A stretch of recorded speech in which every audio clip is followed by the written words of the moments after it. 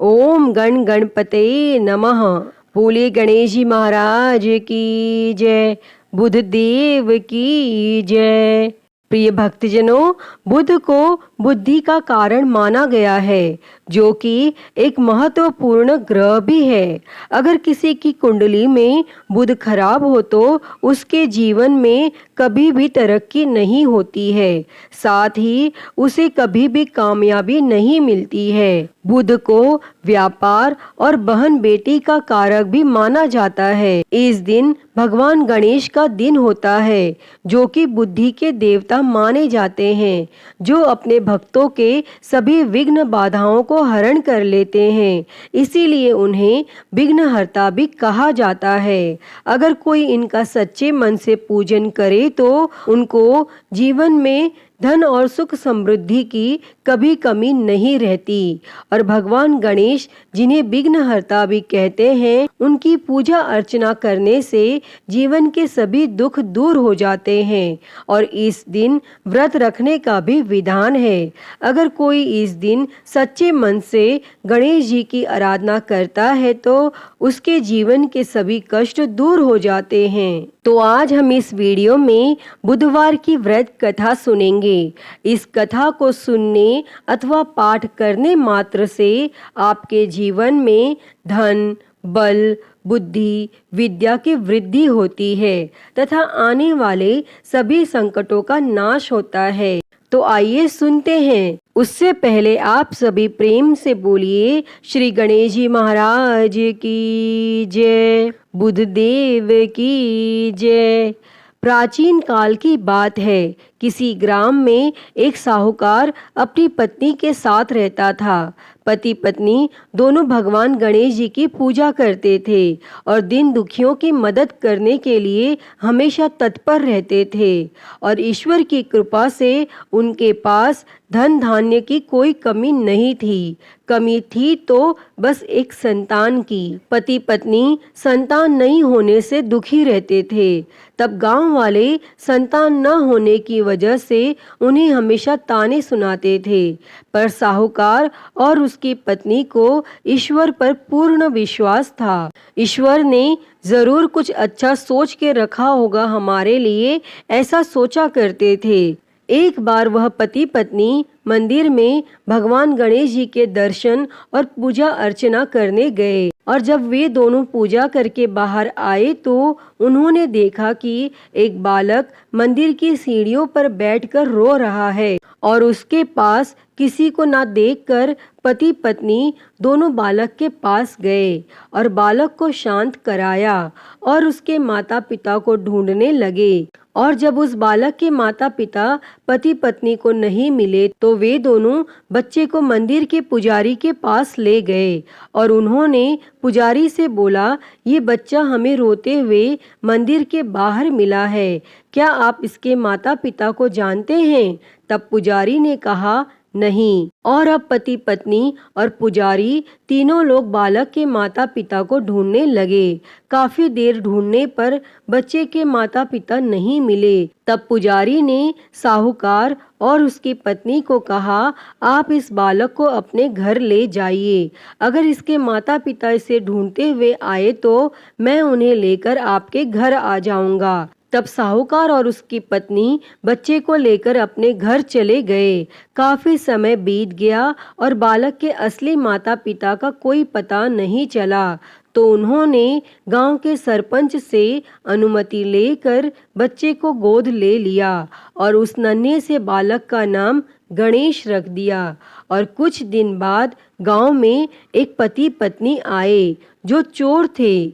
गांव में जाकर उन्हें पता चला कि गांव में सबसे ज्यादा धनी व्यक्ति साहूकार है, जिसकी कोई संतान नहीं है। और उन्होंने एक बच्चे को गोद लिया है जिसके माता पिता का कोई पता नहीं है। और वे दोनों चोर पति पत्नी अब विचार करने लगे कि साहूकार को कैसे लूटा जाए। तभी उन्होंने योजना बनाई कि वे दोनों बच्चे के असली माता पिता बनकर जाएंगे और योजना बनाकर पति पत्नी दोनों मंदिर में जाकर बैठकर रोने लगे।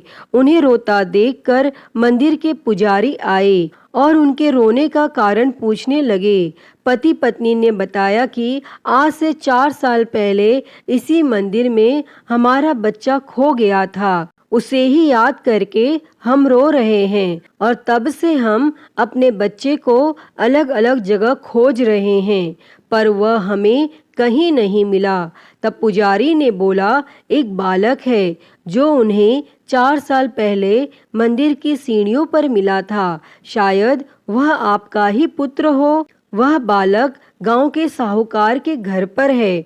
आप लोग मेरे साथ चलिए, मैं आपसे आपके पुत्र को मिलवाता हूँ। और इतना कहकर पुजारी उन दोनों पति पत्नी को लेकर साहूकार के घर चल दिए और वहां जाकर पुजारी ने साहूकार को बताया कि गणेश के असली माता पिता मिल गए हैं और वह गणेश को लेने आए हैं। और यह सुनते ही साहूकार और उसकी पत्नी दोनों बहुत दुखी हुए, लेकिन वे दोनों गणेश को उसके असली माता पिता को सौंपने के लिए तैयार हो गए। और शाम का वक्त था। साहूकार ने उन दोनों पति पत्नी से बोला, आप लोग आज विश्राम करें और कल प्रातः काल होते ही निकल जाइएगा। और यह सुनते ही पति पत्नी दोनों खुश हो गए, क्योंकि उन्हें चोरी करने का मौका मिल गया था। और तब रात्रि को जब साहूकार और उसकी पत्नी सोने चले गए, तभी दोनों चोर पति पत्नी उठे और चोरी करने के लिए तिजोरी को तोड़ने लगे। और आवाज सुनकर घर का नौकर जग गया और उसने जाकर देखा तो वही पति पत्नी थे जो खुद को गणेश का माता पिता बता रहे थे। तब नौकर ने कमरे का दरवाजा बाहर से बंद कर दिया और तेजी से मालिक को बुलाने लगा। और आवाज सुनकर साहूकार और उसकी पत्नी दौड़ते हुए आए और चिल्लाने का कारण पूछने लगे। तब नौकर ने बताया कि ये दोनों पति पत्नी तिजोरी से चोरी कर रहे थे। और यह सब देखकर वे समझ गए कि ये दोनों गणेश के माता पिता नहीं बल्कि चोर हैं। साहूकार ने गणेश को देने से मना कर दिया और बोले कि चले जाओ यहाँ से। पर उन दोनों धोखेबाज पति पत्नी ने निर्णय किया कि वो अब गणेश को अपने साथ ले जाकर ही रहेंगे। तब पति पत्नी दोनों गांव के सरपंच के पास गए और बोले, साहूकार उनके पुत्र को वापस नहीं दे रहा है। तब सरपंच ने साहूकार और उसकी पत्नी को गणेश को साथ लेकर सरपंच के सामने प्रस्तुत होने की सूचना भेजी और साहूकार अपनी पत्नी और गणेश को लेकर आ गए। तब सरपंच ने भी फैसला किया कि साहूकार की पत्नी तथा दूसरी औरत जो गणेश को अपना पुत्र बोल रही थी, उन्हें सूर्य देवता के सामने अपना आंचल फैला के खड़े हो जाना है और जिसके भी आंचल से गणेश के मुंह में दूध जाएगा, गणेश उसका पुत्र कहलाएगा। तब दोनों औरतें अपना आंचल सूर्य देवता के सामने फैला के खड़ी हो गई और प्रार्थना करने लगी। तब भगवान गणेश जी के आशीर्वाद से साहूकार की पत्नी के आंचल से दूध की धारा गणेश के मुंह में आ गई।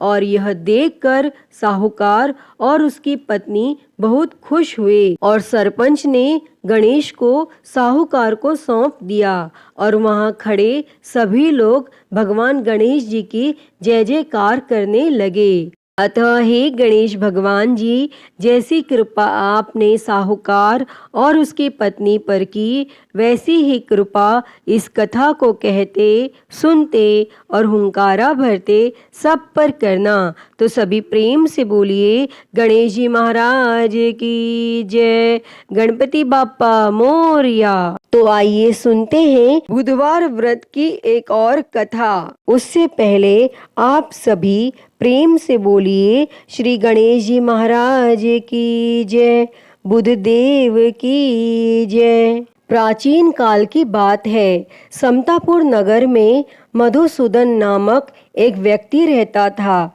वह बहुत धनवान था। मधुसूदन का विवाह बलरामपुर नगर की एक सुंदर लड़की संगीता के साथ हुआ था।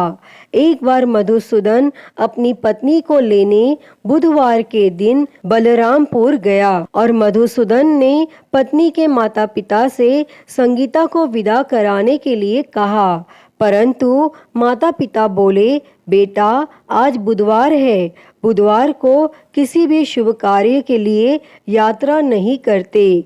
लेकिन मधुसूदन नहीं माना और उसने ऐसे शुभ अशुभ की बातों को न मानने की बात कही। तब संगीता के माता पिता ने मजबूरी में अपनी बेटी की विदाई की और दोनों ने बैलगाड़ी से यात्रा प्रारंभ की और 2 कोस की यात्रा के बाद उसकी गाड़ी का एक पहिया टूट गया और वहां से दोनों ने पैदल की यात्रा शुरू की। तब रास्ते में संगीता को प्यास लगी और मधुसूदन उसे एक पेड़ के नीचे बैठाकर जल लेने चला गया और थोड़ी देर बाद जब मधुसूदन कहीं से जल लेकर वापस आया तो वह बुरी तरह हैरान हो उठा, क्योंकि उसकी पत्नी के पास उसकी ही शक्ल सूरत का एक दूसरा व्यक्ति बैठा था और संगीता भी मधुसूदन को देखकर हैरान रह गई और वह दोनों में कोई अंतर नहीं कर पाई। तब मधुसूदन ने उस व्यक्ति से पूछा, तुम कौन हो और मेरी पत्नी के पास क्यों बैठे हो? और मधुसूदन की बात सुनकर उस व्यक्ति ने कहा, अरे भाई, यह मेरी पत्नी संगीता है। मैं अपनी पत्नी को ससुराल से विदा करा कर लाया हूँ, लेकिन तुम कौन हो जो मुझसे ऐसा प्रश्न कर रहे हो? और यह सुन मधुसूदन ने कहा, तुम जरूर कोई चोर या ठग हो। यह मेरी पत्नी संगीता है, मैं इसे पेड़ के नीचे बैठाकर जल लेने गया था। तब इस पर उस व्यक्ति ने कहा, अरे भाई, झूठ तो तुम बोल रहे हो। संगीता को प्यास लगने पर जल लेने तो मैं गया था। मैंने तो जल लाकर अपनी पत्नी को पिला भी दिया है। अब तुम चुपचाप यहाँ से चलते बनो, नहीं तो किसी सिपाही को बुलाकर तुम्हें पकड़वा दूंगा। और इस तरह दोनों एक दूसरे से लड़ने लगे और उन्हें लड़ते देख बहुत से लोग वहां एकत्र हो गए और नगर के कुछ सिपाही भी वहां आ गए और सिपाही उन दोनों को पकड़कर राजा के पास ले गए। और सारी कहानी सुनकर राजा भी कोई निर्णय नहीं कर पाया और संगीता भी उन दोनों में से अपने वास्तविक पति को नहीं पहचान पा रही थी और राजा ने दोनों को कारागार में डाल देने के लिए कहा। तब राजा के फैसले पर असली मधुसूदन भयभीत हो उठा। तभी आकाशवाणी हुई, मधुसूदन, तूने संगीता के माता पिता की बात नहीं मानी और बुधवार के दिन अपने ससुराल से प्रस्थान किया और यह सब भगवान बुद्धदेव के प्रकोप से हो रहा है। तब मधुसूदन ने भगवान बुद्धदेव से प्रार्थना की कि हे भगवान बुद्धदेव, मुझे क्षमा कर दीजिए, मुझसे बहुत बड़ी गलती हुई और भविष्य में अब कभी बुधवार के दिन मैं यात्रा नहीं करूंगा और सदैव बुधवार को आपका व्रत किया करूंगा। तब मधुसूदन की प्रार्थना करने से भगवान बुद्धदेव ने उसे क्षमा कर दिया और तभी दूसरा व्यक्ति राजा के सामने से गायब हो गया। तब राजा और दूसरे लोग इस चमत्कार को देखकर हैरान हो गए और भगवान बुद्धदेव की इस अनुकंपा से राजा ने मधुसूदन और उसकी पत्नी संगीता को सम्मान पूर्वक विदा किया और कुछ दूर चलने पर रास्ते में उन्हें बैलगाड़ी मिल गई और बैलगाड़ी का टूटा हुआ पहिया भी जुड़ा हुआ था और दोनों उसमें बैठकर समतापुर की ओर चल दिए। तब मधुसूदन और उसकी पत्नी संगीता दोनों बुधवार को व्रत करते हुए आनंद पूर्वक जीवन यापन करने लगे और इस तरह भगवान बुद्धदेव की कृपा से उनके यहाँ खुशियां बरसने लगी। और जो भी स्त्री पुरुष विधिवत बुधवार का व्रत करके व्रत कथा सुनते हैं, भगवान बुद्धदेव उनके सभी कष्ट दूर करते हैं। अतः हे भगवान बुद्धदेव जी, इस कथा को कहते, सुनते और हुंकारा भरते सब पर अपनी कृपा बनाए रखना, सभी के कष्टों को दूर करना। तो सभी प्रेम से बोलिए भगवान बुद्धदेव की जय, गणेश जी महाराज की जय, गणपति बाप्पा मोरया। प्रिय भक्तजनों, तो मैं उम्मीद करती हूँ कि आपको आज की यह कथा पसंद आई होगी, और अगर वीडियो अच्छी लगी हो तो इसे लाइक करें, ज़्यादा से ज़्यादा शेयर करें और कमेंट में गणेश जी महाराज की जय लिखना ना भूलें। और हरिहर भक्ति चैनल को सब्सक्राइब कर नोटिफिकेशन बेल को ज़रूर ऑन कर लें। हर हर महादेव। धन्यवाद।